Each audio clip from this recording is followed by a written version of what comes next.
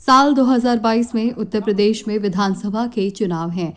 विधानसभा चुनावों के लिए भले ही अभी 1 साल से ज्यादा का समय बाकी है, लेकिन गाजियाबाद की साहिबाबाद सीट पर चुनावी चहलकदमी शुरू हो गई है।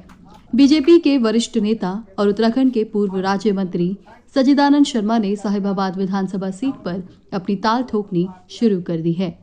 अपनी दावेदारी पेश करते हुए उन्होंने कहा कि वे सन 1986 से गाजियाबाद में निवास कर रहे हैं और उनकी शिक्षा दीक्षा भी गाजियाबाद में हुई है। डबल MA LLB करने के बाद लंबे समय से बीजेपी में कार्यकर्ता के रूप में काम करने वाले सच्चिदानंद शर्मा को साल 2010 में उत्तराखंड प्रवासियों के हित में काम करने के लिए राज्य मंत्री का दायित्व दिया गया था। साल 2012 व 2017 विधानसभा चुनाव में वे निरंतर साहिबाबाद से टिकट मांगते आ रहे हैं। कोरोना काल में विशेष रूप से साहिबाबाद विधानसभा क्षेत्र में सच्चिदानंद शर्मा ने जरूरतमंदों तक भारी मात्रा में राशन वितरित किया। उन्होंने कहा, साहिबाबाद विधानसभा में उनकी गिनती 2 लाख उत्तराखंड के प्रवासी मतदाताओं से शुरू होती है। हाल ही में उत्तराखंड समाज के लोगों के लिए अमरूद पार्टी का आयोजन कर सच्चिदानंद शर्मा ने अपनी राजनीति हसरत का एक तरह से खुलासा कर दिया है। उत्तराखंड समाज के लोग एकजुट होकर एकमुठ होकर सच्चिदानंद शर्मा के पक्ष में काम करते नजर आने लगे हैं। हमारा समाज आज जागरूक हो रहा है। सबसे पहले व्यक्ति हैंड टू माउथ पहले अपने परिवार को देखता है और समाज सेवा तब शुरू होती है। और लेकिन मुझे आज बड़ा फख्र होता है, बड़ा गर्व होता है इस बात का कि आज समाज सेवा के कार्य में हमारे तमाम लोग आपने देखा होगा जिनका यहाँ अभिनंदन हो रहा है। और बहुत से लोग आज आए नहीं है, कोरोना काल चल रहा है। आज हर संगठन में हमारे लोग हैं। हमारे समाज ने राजनीतिक 2022 नहीं, हमारे लोग तो पहले से ही जो है राजनीति में सक्रिय हैं। और ठीक है, समय आने पर हमारे लोगों को नेतृत्व तो मिलेगा, ऐसा मेरा मानना भी है और मुझे आशा भी है राजनीतिक दलों से कि राजनीतिक दल हमारी शक्ति को आज पहचानने लगे हैं। ऐसा नहीं है कि सच्चिदानंद शर्मा सिर्फ और सिर्फ साहिबाबाद में उत्तराखंड मूल के लोगों की बड़ी आबादी के आधार पर ही दावेदारी कर रहे हैं। दरअसल अपने लंबे सामाजिक और राजनीतिक जीवन और हर समुदाय के बीच मजबूत पकड़ होने की वजह से भी सच्चिदानंद शर्मा विधायक की दावेदारी कर रहे हैं। नहीं है, क्योंकि मैं अपने आप में उनकी तारीफ नहीं कर रहा हूँ। मैं वो चीज़ कह रहा हूँ जो उनके मुंह में मुझे नहीं कहनी चाहिए। मैं पीछे की बातों को कहता हूँ कि सरस्वती का इतना बड़ा भंडार है, वरदान है उनके ऊपर, इतना भंडार उनके पास है। अगर सुबह से शाम तक किसी विषय से अगर आप उन पर चर्चा करना चाहेंगे, बात करेंगे, छेड़ेंगे तो आपको संतोष करेंगे, चाहे वो आध्यात्मिक।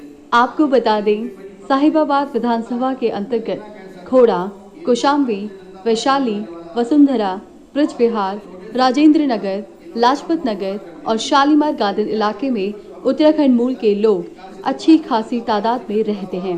उत्तराखंड समाज के लोगों के मजबूत सामाजिक संगठन यहाँ पर होली, दीपावली, उत्तरायणी, मकरैणी, कौतिक, महाकौतिक आदि अपने परंपरागत पर्वों को लाखों की तादाद में एकत्रित होकर मनाते हैं। इंद्रपुरम में आयोजित महाकौतिक पर्व पर 2 साल पहले सूबे के मुखिया योगी आदित्यनाथ स्वयं आकर उत्तरांचल और पूर्वांचल के प्रवासियों को उत्तराखंड और पूर्वांचल भवन की सौगात दे चुके हैं।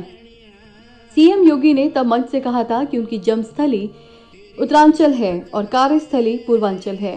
राजनीति में लंबे समय से काम कर रहे कर्मठ, ईमानदार और बेदाग छवि वाले सच्चिदानंद शर्मा के बारे में भी यही कहा जाता है कि भले ही उनकी जन्मस्थली पृथक राज्य बनने के बाद अब उत्तरांचल में हो, किंतु उन्होंने सदैव प्रवासियों के बीच में रहकर पार्टी के लिए काम किया है। इंदिरापुरम के स्वर्ण जयंती पार्क में उत्तराखंड समाज के लोगों ने वीर चंद्र सिंह गढ़वाली की जयंती पर एक आयोजन कर अपनी राजनीतिक हिस्सेदारी की बात भी की। सामाजिक संस्थाओं के पदाधिकारियों ने कहा कि उत्तर प्रदेश में उत्तराखंड के प्रवासियों की भारी तादाद है जो हमेशा से बीजेपी के साथ खड़े रहे हैं। आज मोदी योगी युग में जबकि खास तौर से साफ व बेदाग छवि के कर्मठ, ईमानदार और समर्पित कार्यकर्ताओं को चुना जा रहा है, तो ऐसे में वे सच्चिदानंद शर्मा को साहिबाबाद विधानसभा से पार्टी का विधायक देखना चाहते हैं। हम सब उत्तराखंडवासी फिर से उसी जोश उमंग के साथ अपने 30 त्योहारों को मनाएं। हम चाहते हैं कोई हमारा जनप्रतिनिधि आगे आए तो हम उसको सहयोग जरूर करेंगे। नगर निगम में एक ALT सेंटर सेक्टर 23 के बराबर में जो मार्ग जाता है, डबल रोड का मार्ग है, उस मार्ग का नाम वीर चंद्र सिंह गढ़वाली के नाम से वहाँ उसका उद्घाटन भी हो गया, पत्थर भी लगा दिया गया नगर निगम की तरफ से। लेकिन जिस दिन द्वार का उद्घाटन होना था उस दिन वहां तमाम आसपास के क्षेत्र के लोग वहां इकट्ठे हो गए और उन्होंने इस बात का विरोध किया। उन्होंने कहा इस गढ़वाली का मार्ग गाजियाबाद में बनने का क्या औचित्य है। ये देश के हर नागरिक का दायित्व बनता है कि वो वीर चंद्र सिंह गढ़वाली के इतिहास को जाने। उत्तर प्रदेश में साल 2022 में होने वाले विधानसभा चुनावों के लिए चुनावी समीकरणों की चौसर बिछने लग गई है। ऐसे में इस बात की अटकलें तेज होने लगी हैं कि जो शख्स बीते कई दशकों से इलाके में समर्पित भाव से काम कर रहा है, बीजेपी ऐसे शख्स पर दांव खेलेगी या फिर मौजूदा विधायक पर ही भरोसा करेगी।